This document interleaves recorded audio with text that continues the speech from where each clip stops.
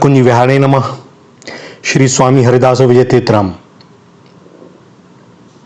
भगवान की बात हो, गोपियों की बात हो और मुरली की बात ना हो, यह भला कैसे संभव। मुरली जब बजती है तब औरों की तो बात ही क्या, समाधि में स्थित योगियों की समाधि भी टूट जाती है। यह मुरली जड़ को चेतन और चेतन को जड़ बना देती है। भैया, इस मुरली की इतनी महिमा कैसे है। यह बांस की मुरली, इसमें छिद्र ही छिद्र, पोली, अपना कुछ भी नहीं, पूर्ण रूप से शरणागति बजती है जैसे बजाना वाला चाहे, जो सुर निकालना चाहे, सब उसकी इच्छा पर। समर्पण में ही उसका सारा आनंद। और जो समर्पित हो जाता है, प्रभु उसे पिलाते हैं अधरामृत। ये वंशी बड़ी सौभाग्यशालिनी है, बड़ी कठिन तपस्या करी है इसने और अपना लिया प्रभु ने इसको। बहुधा बालपन में इस दास के मन में एक जिज्ञासा उठती थी कि ठाकुर जी के पास ये मुरली कहां से आई। शास्त्रों को पढ़ा, लेकिन जिनको पढ़ा वहां इनका समुचित उत्तर न मिल सका। बस यही कि ठाकुर जी के पास मुरली रहती थी, तो रहती थी तो आई कहां से, यह प्रसंग मिला नहीं। कालांतर में भगवत कृपा से उन्होंने ही जनाया मानो, और यह प्रश्न मन ही मन सुलझ गया। आवश्यकता न पड़ी पूछने की। एक आध बार कभी चर्चा करी तो मालूम हुआ अन्य कोई भी यह बताने में असमर्थ रहा कि यह मुरली ठाकुर जी के पास कहां से आई। संभव है कुछ संत विद्वज्जन रसिकजन जानते हो इस रहस्य को, किंतु यह दास सबसे तो नहीं पूछ सकता ना, न पूछ सका और इच्छा भी ना रही। यही रही कि प्रश्न उठा है तो उसका समाधान वे स्वयं ही करेंगे। और बताऊं एक रहस्य की बात, उन्होंने ही किया इसका समाधान। एक दिन भाव आया कि जब नंदगांव में आशुतोष भगवान शिव शंकर कैलाश से उतरकर नंदनंदन के दर्शन के लिए आए और मैया यशोदा ने उनकी वेशभूषा देखकर उन्हें लाला के दर्शन नहीं कराए कि भैया तुम्हारा यह स्वरूप देखकर तो मेरा लाला डर जाएगा, मैं तुम्हें कदापि इसका दर्शन नहीं करा सकती। मुस्कुराए देवाधिदेव, ठाकुर तुम्हारी यह लीला, बाल स्वरूप में तुम्हें देखने की इच्छा थी। आया था त्रेता में, अयोध्या में भी दर्शन देकर कृतार्थ किया था तुमने। अब की ऐसा कौतुक क्यों। बहुत देर खड़े रहे यशोदा के द्वार पर, किंतु यशोदा ने तो द्वार बंद करवा दिए और वे बैठ गए नंदगांव से 3 किलोमीटर दूर जंगल में। और आज भी वहां बैठे हुए हैं आसेश्वर महादेव के रूप में। आसेश्वर आस यानी इच्छा, कामना को लेकर बैठे हुए महादेव। कौन सी कामना? बालकृष्ण को देखने की, एक बार उन्हें गोद में लेने की, एक बार उन्हें निहारने की। बैठ गए वहां और इधर नंदनंदन ने अंतपुर में रोना प्रारंभ कर दिया। वे चुप ही नहीं होते। दासियों ने यशोदा से कहा, मैया हो सकता है यह बाबा का ही प्रभाव हो जिन्हें तुमने दर्शन नहीं करने दिए। अब लाला को उनका दर्शन करा दो। वे बाबा हैं, योगी प्रतीत होते थे। संभव है नंदनंदन का रोना बंद हो जाए, क्योंकि वे सर्वसमर्थ प्रतीत होते हैं। और खोज प्रारंभ हुई। शिवशंकर की मिल गए बैठे हुए आसेश्वर। बुलाया गया, प्रसन्न मन चले आए वे। यशोदा मैया ने नंदनंदन को अवधरदानी भगवान शिवशंकर की गोद में दिया। दोनों के नेत्र मिले, धन्य हो गए दोनों, भर गए आह्लाद से, आनंद से। दोनों के नेत्रों से अश्रु झरने लगे। और मैया यशोदा यह देख रही है कि मेरा लाला चुप हो गया और एकटक निहार रहा है उस योगी को। अब अपने यहाँ एक चलन है ना कि पहली बार किसी बालक का दर्शन करो, मिलो तो उसे कुछ देते हैं। तो जिनकी डमरू से वेद की ऋचाएं प्रकट हुई हैं, यंत्र मंत्र तंत्र सब प्रकट हुए हैं, उन भगवान आशुतोष अवधरदानी ने अपने बागंबर में खोसी हुई मुरली निकाली और नंदनंदन के होठों से उसका स्पर्श करा दिया। दोनों हाथों से पकड़ लिया नंदनंदन ने देवादिदेव के इस प्रेम भरे उपहार को, और तब से रख लिया अपने पास। यह सम्मोहन की महामंत्र से भरी हुई है, सिद्ध है मुरली, आशुतोष भगवान शिव शंकर ने दी है। भगवान के प्रिय भक्त ने दी है, भगवान के आराध्य ने दी है, क्योंकि उनका दोनों ही संबंध है। वे उनके आराध्य भी हैं, इष्ट भी हैं और भक्त भी हैं। तो भला ऐसी मुरली जगत को कैसे न मोहित करे। ऐसा इस दास का व्यक्तिगत भाव है।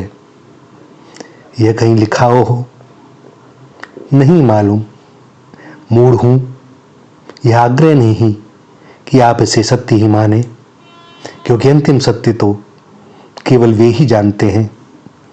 हम सब तो केवल अपने अपने भावानुसार कल्पना ही कर पाते हैं। तो बात इसी मुरली की।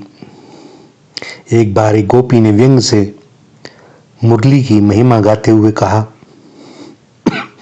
हे मुरारे, अगर मेरी रसोई बनाते समय तो तुम कृपा कर अपनी मुरली की मधुरता न छेड़ा करो, क्योंकि उस ध्वनि के आते ही मेरी सूखी लकड़ियां हरी होकर रस टपकाने लगती हैं और अग्नि बुझ जाती है, जिससे रसोई भी नहीं हो पाती। दूर से मुरली की टेर सुनकर एक सखी दूसरी से कहती है, सुनती हो कहा भजी जाऊं घरे, बिंध जाओगी नैन के बानन में। यह बंसी निवाज भरी विष सो, बगरावती है विष कानन में। अब ही सुधी भूली हो भौरी बटू, भवरों जब मीठी सी तानन में। कुल कानी जो आपनी राखी चहो, दे रहो अंगूरी दो कानन में। इस वंशी और रास की आलोचना और इस पर किंचित न कहा जाए तो गोपी प्रेम की चर्चा अधूरी ही रह जाती है। इसलिए इन विषयों पर भी कुछ चिंतन करना आवश्यक। श्री कृष्ण मिलन के लिए कात्यायनी की पूजा करने वाली गोपियों को वर देने के लिए भगवान ने उनके वस्त्र हरण कर उनके निर्मल और अनन्य प्रेम की परीक्षा की। उनका सारा भेद ज्ञान हरण करके उन्हें निर्मल परम पद के अधिकारी समझकर मिलन का वरदान दिया। इस चीर हरण लीला वस्त्रहरण लीला में पाप देखना पाप बुद्धि का परिणाम है, क्योंकि हमारी बुद्धि विषयों में ही जाती है तो हमें सब कुछ वही दिखाई देता है।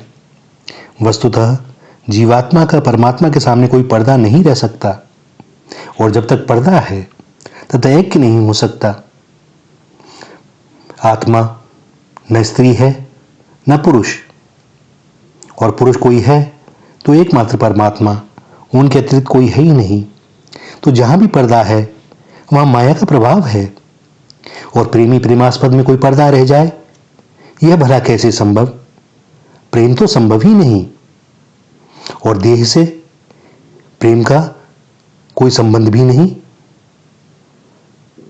ये तो हम लोगों की विषयाशक्ति है कि हमारी जैसी बुद्धि होती है हमें दृश्य कथ्य सब वैसा ही दिखाई पड़ता है, वैसा ही हम अनुमान करते हैं। सबके अंतरात्मा भगवान से कौन जीवात्मा अपने अंगों को छिपाने का भाव रख सकता है?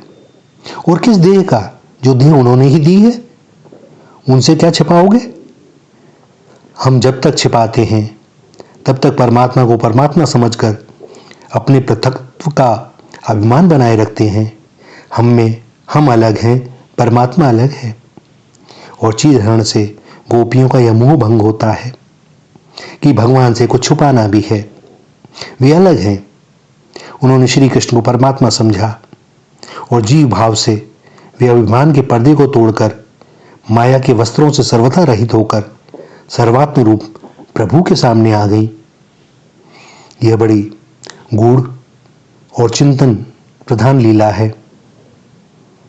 लेकिन हमारा भाव, क्योंकि यह ध्यान रखना चाहिए कि सारी अप्राकृतिक लीलाएं हैं जो भी घट रही है, हमारी बुद्धि ही इन सब को समझने में जानने में विक्षेप पैदा करती है, क्योंकि ये सांसारिक बंधनों से विषयों में आबद्ध है।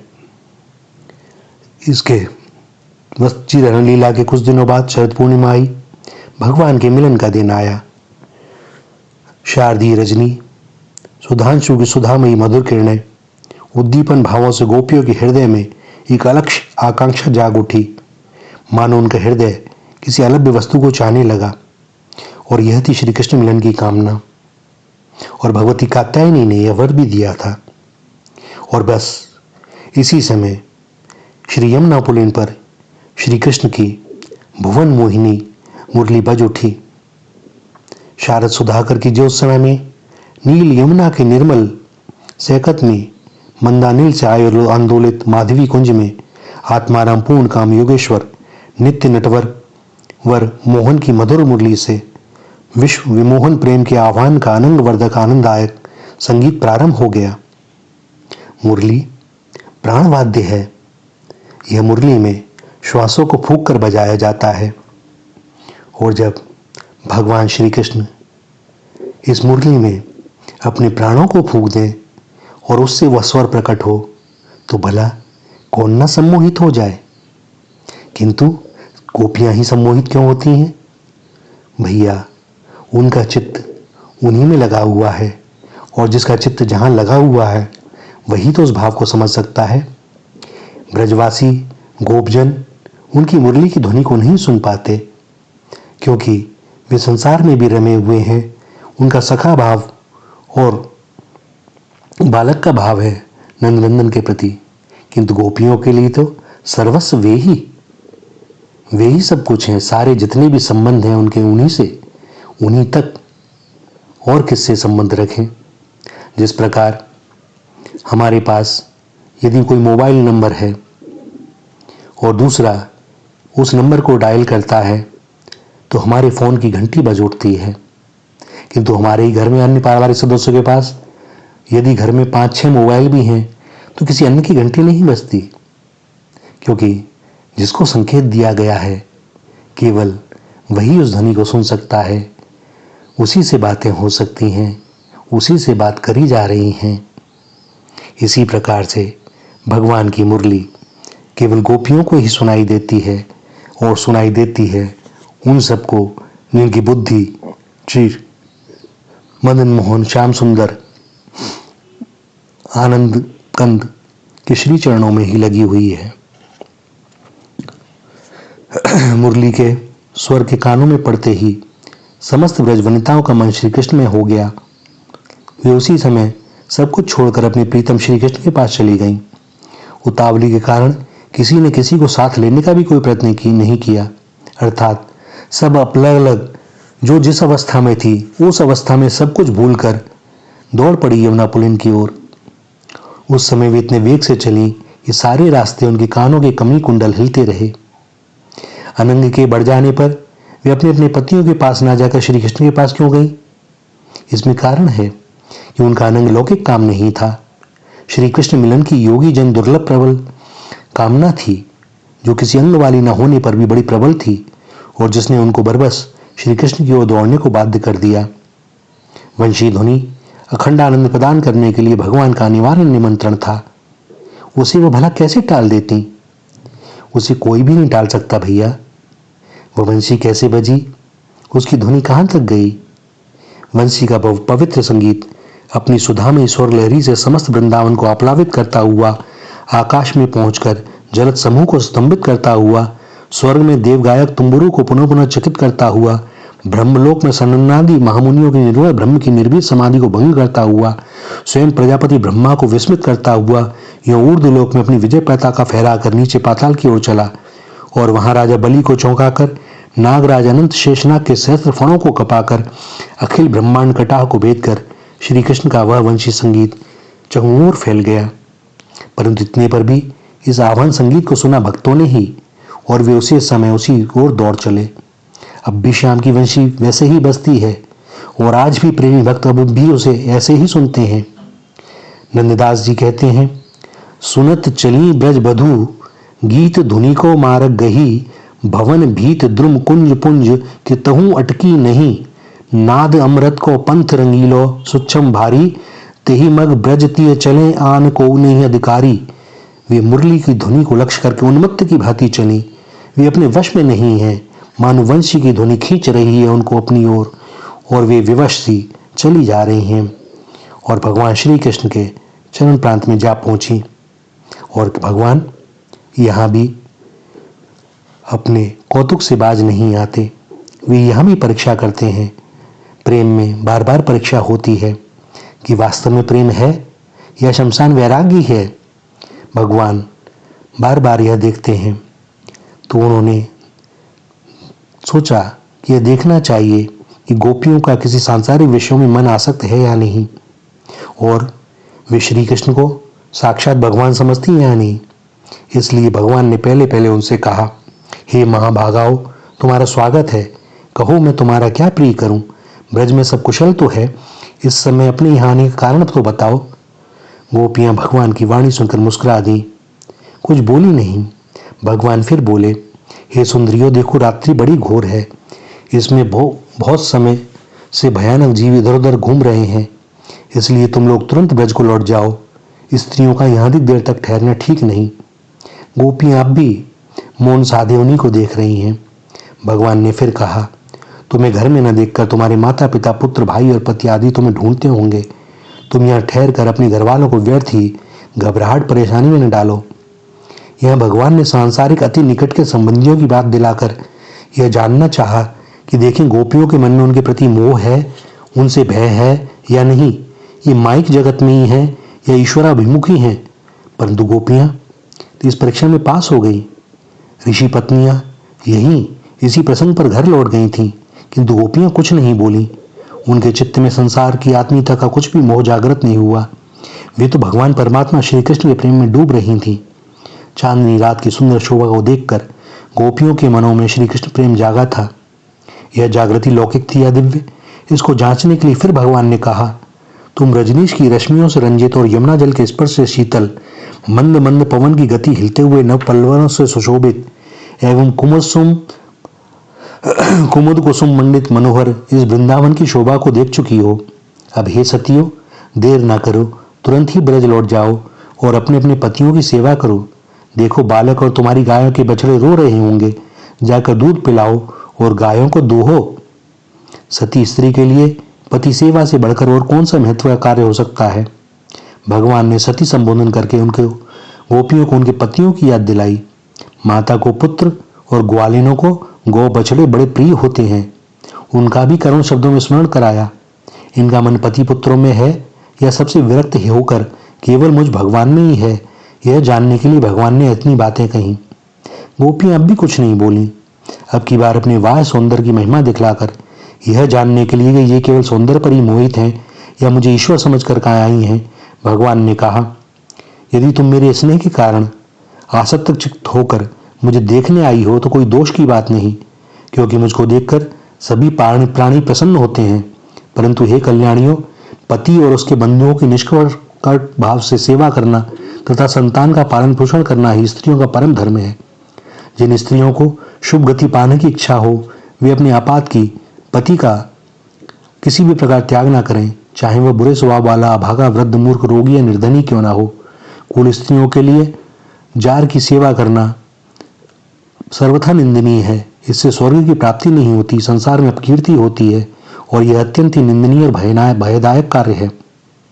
भगवान ने बार बार इस प्रकार की बातें कहकर सारी बातें खोल दी कि यदि मुझे मनुष्य मानकर कामाभिलाषा से आई हो तो नरक में जाओगी, संसार में अपयश होगा, क्योंकि यही वेद धर्म है।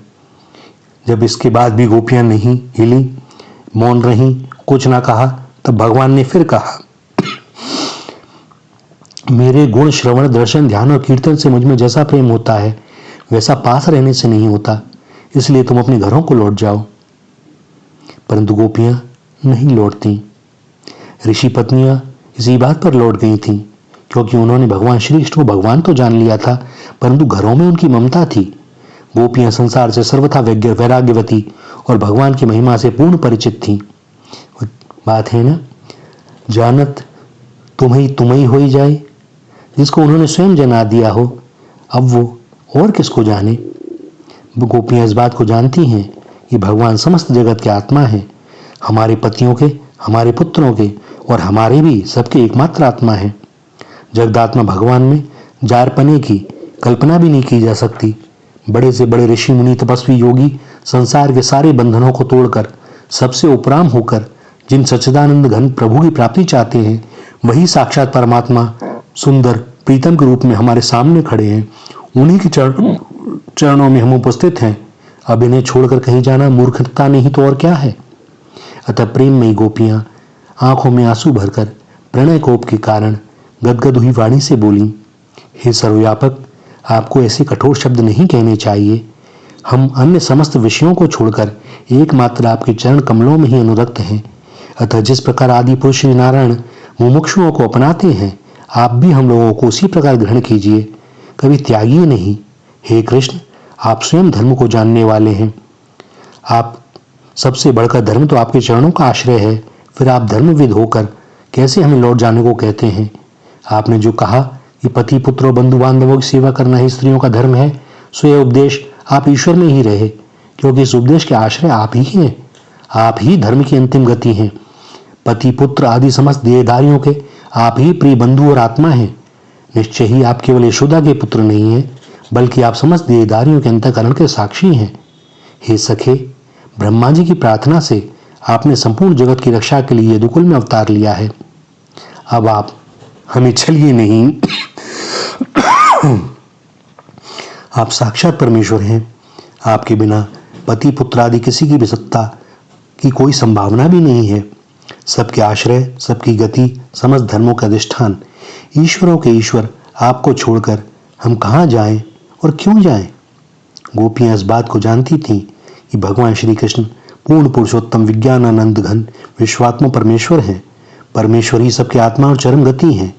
अब उन परमात्मा को पाकर गोपियां वहां से क्यों जाने लगी। उन्होंने कहा, शास्त्रज्ञ पुरुष अपने नित्य प्रेम आत्मा रूप आप में ही प्रेम करते हैं। इस लोक में संसार दुख देने वाले पति, पुत्र आदि से उन्हें क्या प्रयोजन है।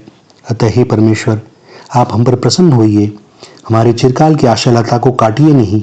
अब हम किसी प्रकार घर नहीं जा सकती। हमारा जो चित्त सुखपूर्वक घर में आसक्त था, उसको आपने चुरा लिया है। हमारे हाथ घर के कामों में लगे थे, वे चेष्टाहीन हो गए हैं, और हमारे पैर भी आपके चरण कमलों से एक पग भी दूर नहीं हटना चाहते। हम किस प्रकार घर जाएं और वहां जाकर अब करें भी क्या, और वो घर है किसका। भगवान ने भक्त की परीक्षा की। परीक्षा में भक्त उत्तीर्ण हो गया।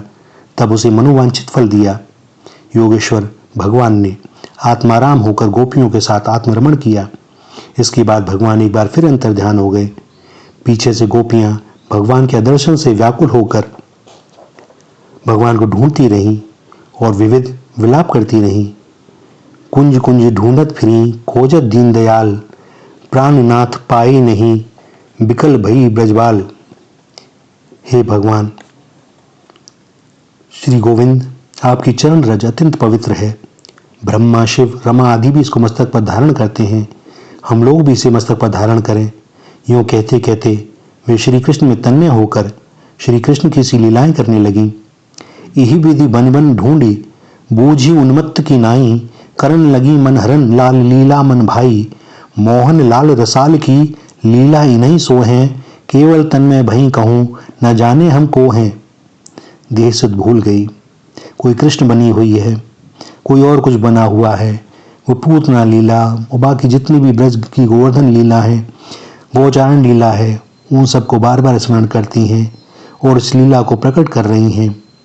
और जब भगवान ने देखा कि अब उनका विरह उनसे असह्य हो गया है, वह पुनः प्रकट हो गए और प्रत्येक के साथ एक एक बनकर उन्होंने उनके साथ महारास किया।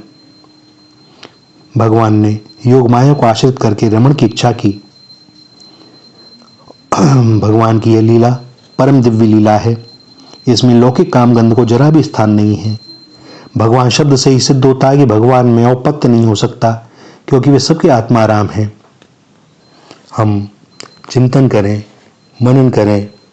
हम जब भी इन चीज़ों का स्मरण करते हैं तो अपनी बुद्धि के लौकिक विषयों में आसक्त रहने का इन सब का आरोपण लौकिक रूप में ही करते हैं और हम भूल जाते हैं कि गोपियां वस्तुतः हैं कौन, भगवान हैं कौन।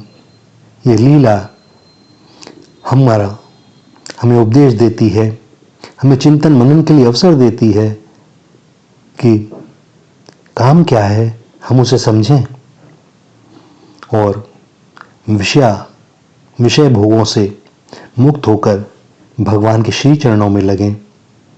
भैया एकमात्र वे ही हमारे आश्रय हैं। ये जितनी जल्दी हो जाए उतनी शीघ्रता से करें। ना जाने कितने जन्म बीत गए, हम पड़े हुए हैं इसी माया मोह के चक्र में। पुनरपि जननम पुनरपि मरणम पुनरपि जननी जठरे शयनम, यह संसारे बहु दुस्तारे, कृपया पारे पाई मुरारे। कोई संत सदगुरु मिल जाए और जिन भगवान का हमें विस्मरण हो चुका है वह स्मरण करा दे।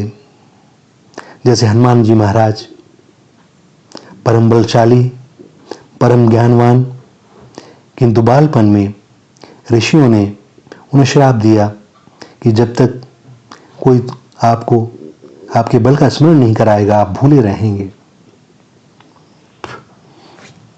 और माता जगत जननी सीता की खोज के लिए मंत्रणा हो रही है। सब बैठे हुए हैं, हनुमान जी महाराज भी सिर झुकाए बैठे हुए हैं, अपने बल को भूले हुए। और जामवन जानते हैं कि इन सबके बीच में वह परम भक्त कहाँ बैठा हुआ है, जो सर्वसमर्थ है, प्रभु के बल से कुछ भी कर सकता है। और जामवंत उनसे जाके कहते हैं, कहा चुप साध रहा बलवाना। और हनुमान जी को अपने बल का स्मरण हो जाता है। इसी प्रकार हम सबके हृदय में वे विराजमान हैं, किंतु जन्म जन्मांतरों के भोग विलास और विषयों में पड़े रहने के कारण हमारा चित्त इतना मलिन हो चुका है कि हमें कुछ दिखाई नहीं देता एक अंधकार के सिवा। मिल जाए कोई संत सदगुरु, मांस दे, बता दे कि भैया यह करो, और प्रकट हो जाएंगे वे। सारा ज्ञान वस्तुतः हमारे अंदर ही है। बाहर से हमारे पास वास्तव में देखा जाए तो कुछ नहीं आता। हम जो कुछ भी पढ़ते हैं, लिखते हैं, सब भगवान की कृपा से ही। और केवल एक ही उद्देश्य होता है उसका कि उस जो ज्ञान हमारे भीतर सुप्त पड़ा हुआ है, कोई एक शब्द जाकर उसे भेद दे, जगा दे, विस्मरण इसको स्मरण में बदल दे। भैया, पूजा के पात्रों को नित्य ही मांजा जाता है, उनकी शुद्धता और पवित्रता का ध्यान रखा जाता है। रसोई के बर्तन इसीलिए अलग होते हैं और पूजा के बर्तन अलग होते हैं। चिंतन करें, मनन करें, वे हमारे साथ हैं, हमारा उन पे अधिकार है। हम राजपुत्र हैं, किंतु भिखारी की तरह घूम रहे हैं, भटक रहे हैं बाजार में। हमें यह नहीं मालूम कि हम हैं कौन। तो बस चिंतन करें और चलें, लौट चलें, हाथों में हाथ डालें उनके पास। वे प्रतीक्षा में हैं, बस अपने स्थान से जरा सा घूम जाएं। इस ओर संसार है और उस ओर भगवान है। दृष्टि बदली नहीं कि दृश्य बदल जाएगा और वे करुणा सिंधु हमें अपने अंक से लगा लेंगे। श्री राधा, श्री राधा, श्री राधा।